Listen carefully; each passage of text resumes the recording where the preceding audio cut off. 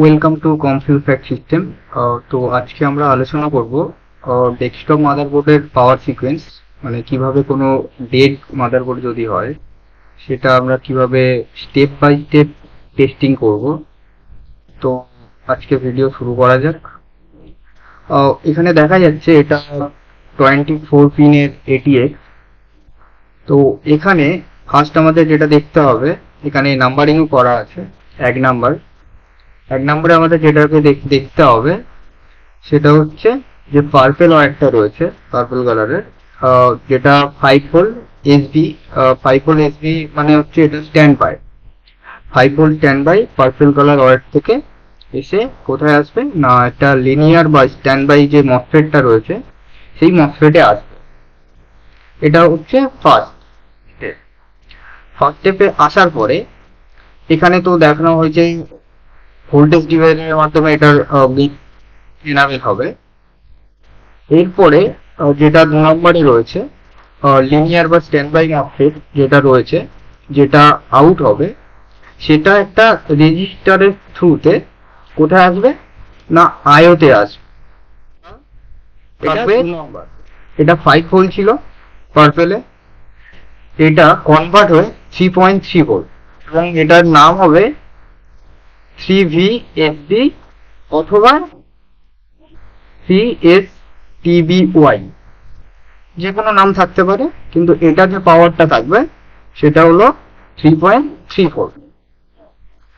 এরপর যখনই আয়তে 3VSB আসবে সেকেন্ড স্টেপে, এরপর থার্ড স্টেপ হলো আয়ো থেকে একটা পাওয়ার আউট হবে, কোথায় আসবে, ICH বা PCH এ আসবে এবং সেটা 3.3 ভোল্টই হয়, যেটা রিজিউম রিসেট হিসেবে আমরা জানি। এটা থাকছে থার্ড নাম্বার। এই যে থার্ড নাম্বারটা রয়েছে এটা তো পাওয়ার সুইচ প্রেস করার আগে, মানে বিফোর পাওয়ার সুইচ প্রেস এটা থাকছে, এটা অটোমেটিক্যালি হয়ে যাবে সুইচ প্রেস করার আগে।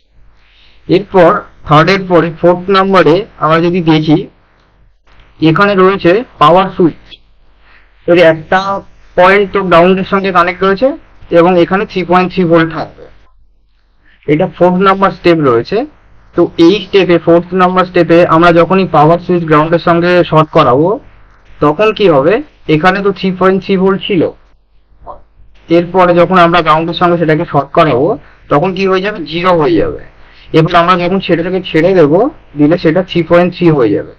মানে ব্যাপারটা হলো এখানে 3.3 ভোল্ট ছিল, দ্যাটস মিন এটা হাই ছিল, এবং যখনই গ্রাউন্ডের সঙ্গে এটা কানেক্ট হচ্ছে তখন কি হয়ে যাচ্ছে, 0 ভোল্ট। 0 ভোল্ট মানে লো হয়ে যাচ্ছে।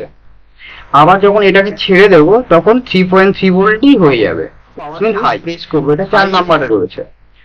4 নাম্বারে এটা আয়োতে ইনপুট হবে।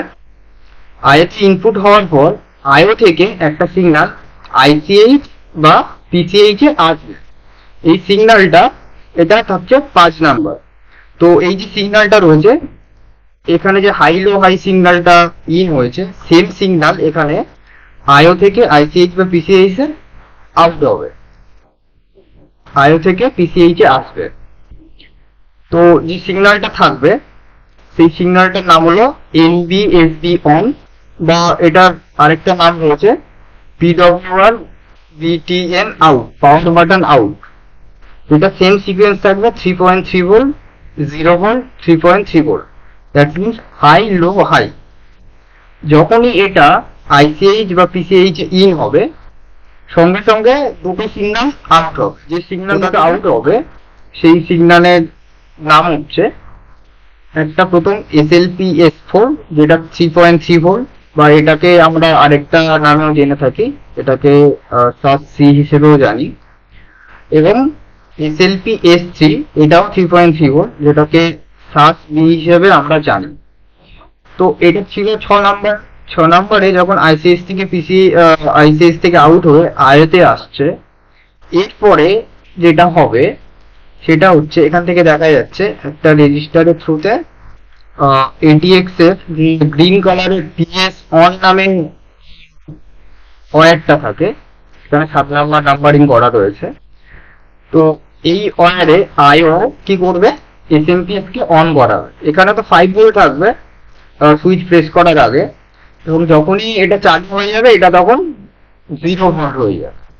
যখনই 0 ভোল্ট হয়ে যাবে তখনই কি হয়ে যাবে, এসএমপিএসটা অন হয়ে যাবে।